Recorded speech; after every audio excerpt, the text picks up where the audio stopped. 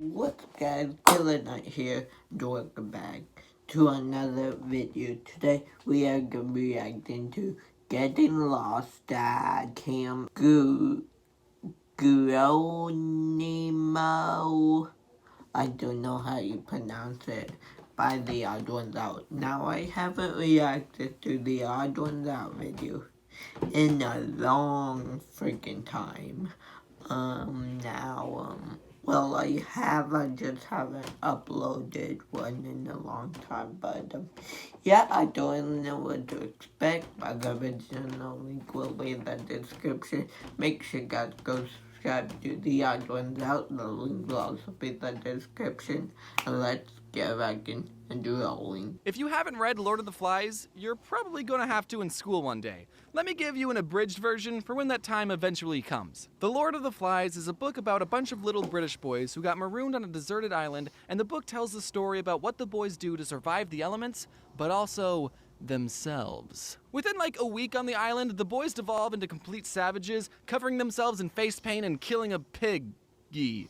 I said too much. And when I read the book in high school, I thought having the boys turn savage so quickly wasn't all that accurate. As a former young boy myself, I was insulted that William Golding thought that us little boys were so heartless. But then I remembered all the things that happened at my scout camp, Camp Geronimo, and I realized that Lord of the Flies... Geronimo? Like, before you jump in the pool, you scream, Geronimo! But it's Geronimo, that's how you say it? Flies is still inaccurate. The boys would have gone savage way faster. Listen, I'm a cautious person when I'm hanging around the guys. In PE, the other boys would be playing this game called quarters, where you would fling quarters at people's knuckles until they bled, but I wouldn't play that game because it's dangerous and I'm a loser. Or when I was at a party and someone wanted to play the knife game to show off how good their hand-eye coordination was. Oh my god, those games, I tried that, not with a knife, with like the back of a pencil, the eraser part of the pencil, and I do not know how people can do it. I mean, like, if I tried it with a knife, I would probably cut all my fingers off. I wouldn't play that game either because I needed my hands to draw. But something about being with the guys in the middle of the woods. I would live on the edge. Every summer, our troop stayed at this camp called Camp Geronimo, named after the Apache Indian who was the first person to yell Geronimo while doing a sick backflip into his pool. One time, me and a couple other boys, I don't remember who started it, but we were playing with matches, and okay, I know what you're thinking, but nothing bad happened, okay? We just accidentally lit some dried bushes on fire and it got somewhat out of control, but it's okay, it's fine, okay? We told the scoutmaster that there was a loose fire spreading faster than we could put it out, and he got everyone in the troop to stomp on it, and we never got in trouble. What were we doing with the matches? Oh, we were just lighting them and throwing them at each other. Anyway, about 30 other scout troops attended Camp Geronimo, and we would spend a whole That's not safe. week sleeping in tents and earning merit badges. Most of the camp honestly felt like school, but outside. Like, when you got to the camp, you were given a schedule of classes, and for the next 7 days, you would go to those classes and learn and fill out packets and sometimes even have homework, which probably helped us not devolve into savages. I mean, sure, the classes weren't as boring as English or geometry. Geronimo's classes were wilderness survival, kayaking, or bear self-defense. Earning a merit badge required 2 things. The first thing, you had to write stuff down. Name and point out the major parts of a kayak. Kayak. Explain to your counselor the hazards you are most likely to encounter while participating in kayaking activities. Bears. And the second part of the merit badge, you had to actually go out and do stuff. Capsize the kayak, swim it and the paddle to the shore, and if you don't make it, the bears will get you. I never got the kayaking merit badge. You had to be at least 12 to go to Geronimo, but you could go as an 11-year-old if a parent was coming with you. And at the time, my dad was a camp counselor. My birthday was May 14th, and Geronimo was at the end of May, so I barely made the cutoff as the youngest person going. Geronimo was a big step from spending 3 days at Cub Scout day camp to spending a week in the wilderness. What made it worse was I was going to be spending a whole week with all the mean older scouts and my dad. There was this one scout named Paul. When I was 11, he was 15. so naturally he would pick on me and make fun of me.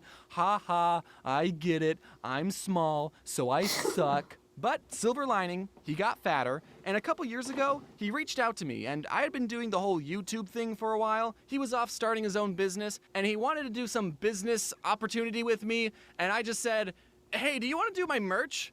So now he works for me. So kids, if you ever have bullies, just become successful on YouTube and then hire them to sell plushies. He's actually a really good merch guy. He gets all my stuff into these retail stores. So if you see a Floof plushie at Hot Topic, you can say, thanks, Paul.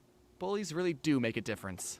Anyway, self-promotion aside, my first year at Geronimo, I was a little bit on the very young side compared to everyone else. I was taking a class called orienteering. The class taught us how to read maps and use a compass. And one day it was time for our class to go on a scavenger hunt thing. We were given a list of places we had to go to, and we were supposed to use our compass and count our paces to get to each specific location. Then when we got to our destination, there would be a marker somewhere, and we would have to write down what that marker was. There were 10 different markers that we had to find, and the course was supposed to lead us in a circle. The leader who was in charge of our group and the compass was an older scout named Paul. It wasn't the merch guy Paul, but I think it would be funnier if it was. Our group set off to the first location. Having a compass and counting your steps isn't the most accurate way of navigation, but we weren't allowed to use Google Maps, so. When we got to the spot, we had to look around for a little bit to find the marker, but we eventually found it, and then we were off to the second location. This time, the marker was harder to find. The spot we landed on was pretty far from where the marker actually was.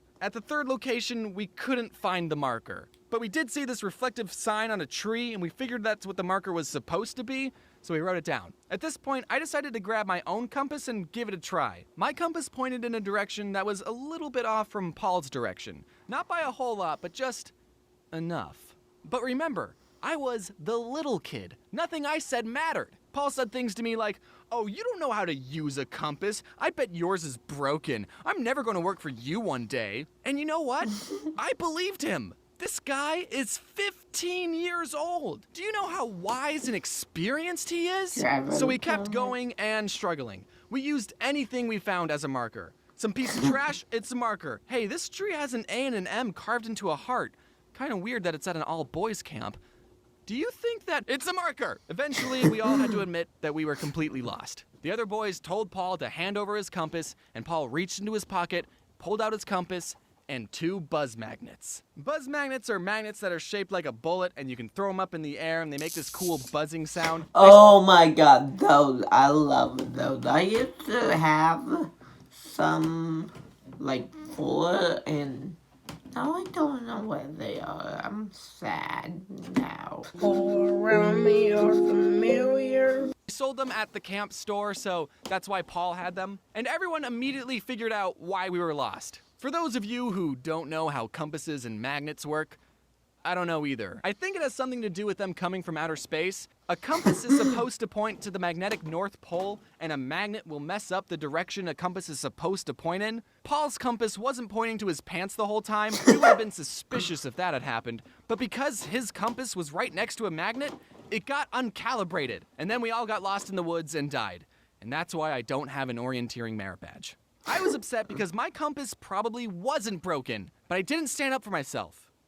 Because I don't do that. I have more Camp Geronimo stories, like the time me and my friend threw a Ziploc bag full of water at the older kids' lean-to, and then I ran away so fast that I threw up. But I already did a video about that, and it's 5 years old, and it's very bad, and you're not allowed to watch it. So the moral of this video is, just because you're young doesn't mean you're stupid. But it does mean you make bad videos on YouTube. Also, check your pockets before going orienteering. Going orienteering. Sounds like a tongue twister. Going orienteering. Going orienteering. Going orienteering. Well, Okay, I liked that video. It was very good. At the end, they kind of predicted the future. Even though you're a kid, you're not stupid. But you do make bad YouTube videos. Yeah, I can agree with that. But yeah, out of a 10.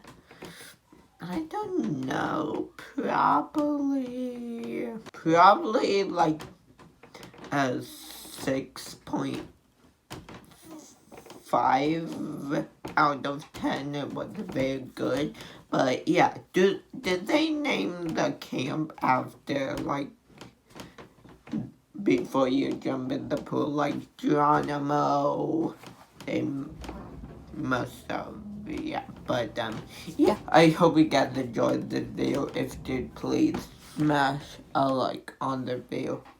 Make sure you guys go down there and gently hit the red subscribe button and ring the bell so you never miss a post. And oh my god, was it not recording?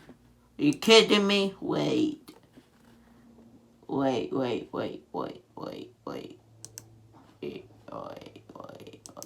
I don't know if it was recording, but yeah. I hope you guys enjoyed this video. Make sure you guys gently hit the red subscribe button and ring the bell so you never miss a post. And I'll catch you guys next time. Peace out, scissors, bye. That's the red up killer night. Take care. Okay, for so long, guys, I was recording.